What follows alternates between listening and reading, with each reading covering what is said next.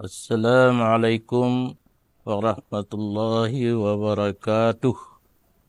Allahu Akbar, Allahu Akbar, Allahu Akbar, walillahil hamd.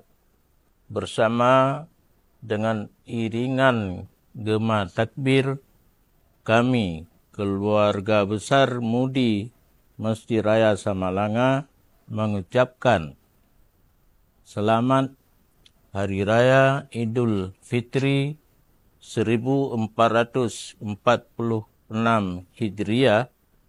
Di hari yang fitri ini, mari kita buka lembaran dengan saling memaafkan, mempererat silaturahmi dan menebar kebaikan kepada sesama. Semoga Allah Subhanahu wa ta'ala menerima segala amal ibadah kita dan menjadikan kita sebagai insan yang lebih baik. Taqabbalallahu minna wa minkum.